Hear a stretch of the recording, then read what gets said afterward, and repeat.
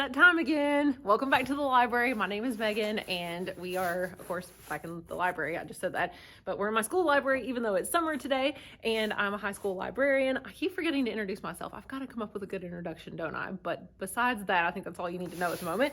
So today we're unboxing a book of Today we're unboxing a box of books, there we go, that I got for free from Junior Library Guild because I subscribed to some more books from them. So I was able to pick out free books. I picked them out a while back, and honestly, I don't know what's in here. So let's find out together. First book it looks like is, this is called Semicolon, The Past, Present, and Future of a Misunderstood Mark by Cecilia Watson. Okay, it's the history of a semicolon. I don't know how there could be that long of a book about this, but that sounds fascinating, and I definitely want to know why a semicolon was invented and who invented it. How long has this thing been around? You know, I don't remember seeing this in Beowulf, so I guess we'll find out. Next is a book that I heard, Books with, what's her name? Brittany from Books with Brittany or whatever it's called. Anyway, she talks about this book, Vita Nostra. Did you hear that? That was very loud. Is the library haunted again? Okay, Marina and Sergei Dyachenko or something. So this book I know is, I think it was originally written in a different language and it's been translated. It is supposed to be really dark, and yes. Oh, it was a Russian novel, and it says it's a dark fantasy combining psychological suspense, enchantment, and terror that makes us consider human existence in a fresh and provocative way. That sounds really cool and also kind of frightening and intimidating. Let's see, the next book I have is, it's called The Lady's Guide to Petticoats and Piracy by Mackenzie Lee.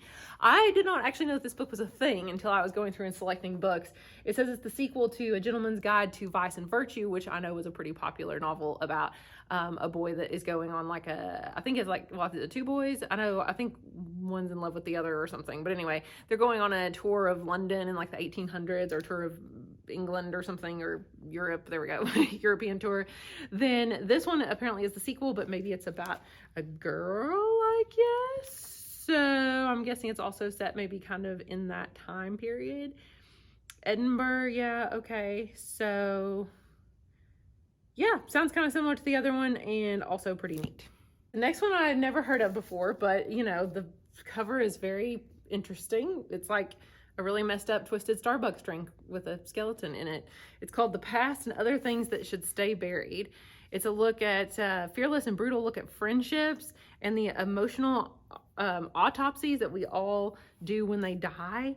Like a real relationship, you laugh, rage, and mourn its loss when it's over. It says it's hilarious and moving, weird and wonderful. Have you ever been looking for a zombie book that will make you laugh and cry? Oh, is it about zombies? Is it? I didn't realize it was actually going to be about zombies. Somebody is not quite dead. Yeah, okay, so it is.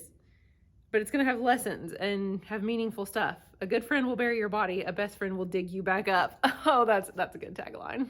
Next one, I've seen this, so that's probably why I ordered it. Here, there are monsters. They took my sister. I'll take her back. Is it maybe about a cult or something, potentially? 16-year-old Sky is done playing knight in shining armor for her insufferable sister, Deidre. They move across the country and they're going to start over, but in her isolated new neighborhood, Sky manages to fit in, but Deidre withdraws from everyone, becoming fixated on the swampy woods behind their house and building monstrous sculptures out of sticks and bones. Well, yeah, that would be quite frightening. Then Deidre disappears. Something awful comes scratching at Sky's window in the middle of the night, claiming that she's the only one who can save Deidre.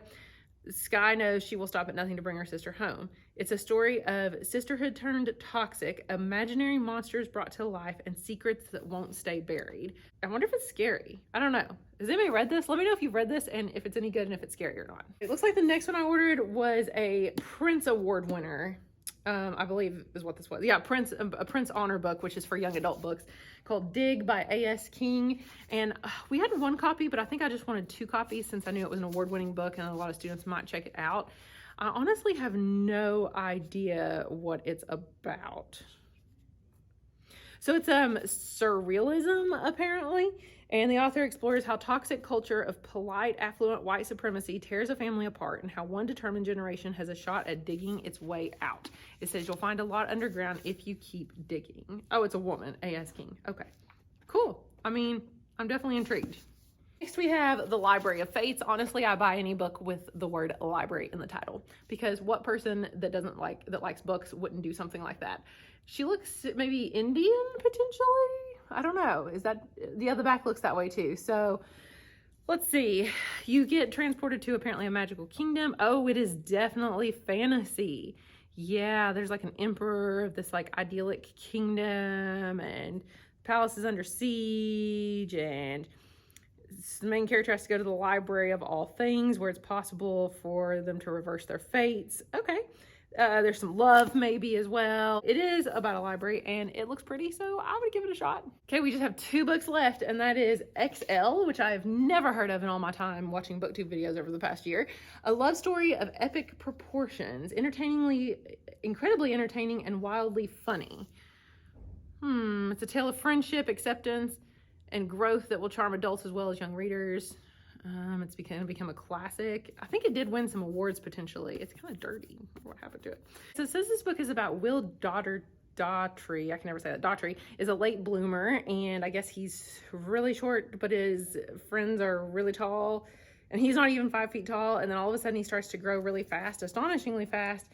He's happy with his stature, but people see him differently. And I thought it might be magical, but it sounds like it's not. But it says, but the highest heights come with some of the low, low lows, and his most precious relationships suffer excruciating growing pains. Will has to figure out what to do with himself and all of the new himself he never expected to have.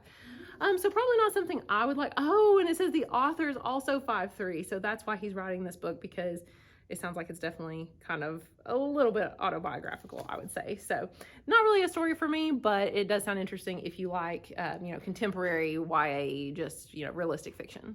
So we are on the last book. This book is something I've heard about on BookTube, but honestly, I don't remember anything about it. It's called The Light Between Worlds by Laura E. Weymouth. It says, they thought their story had ended. It had only just begun. I'm hoping that this is not a sequel. 6 years ago, something happened. Is it a sequel? I don't think it is. Also, I think it's historical fiction. Let's see. Oh, it is. Yes. Okay. So it's at 1949. So 6 years ago, the 2 main characters, Evelyn and Philippa, I guess they're sisters, it looks like, maybe, cowered from airstrikes in a London bomb shelter. But that night took a turn when the sisters were swept away to a strange and beautiful kingdom. Oh, so it's fantasy, okay, called the Woodlands, where they lived for years in a forest straight out of the myth and legend. Now they've returned to London. No time has passed. Nothing has changed except for themselves.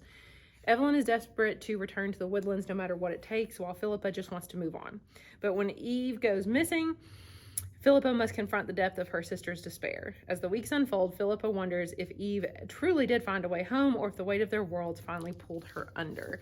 So it's very pretty, I'll give it that. It's interesting that it's like a mix of fantasy plus historical fiction from like the 1940s, kind of post-World War II sounding. I don't know. I don't think it's a book for me, but if you enjoy both those things, then fantasy and historical fiction, then this might be for you. So those are some free books I got. So I've honestly I've heard of a few of them, but I've not heard of all of them. So I am intrigued by a couple that I might pick up one day. Maybe the Here, There Are Monsters. I am intrigued by that one. The Library of Fates. I'm intrigued by that one. Definitely the semicolon book for sure. So thank you guys so much for watching, and I will see you again soon. Bye.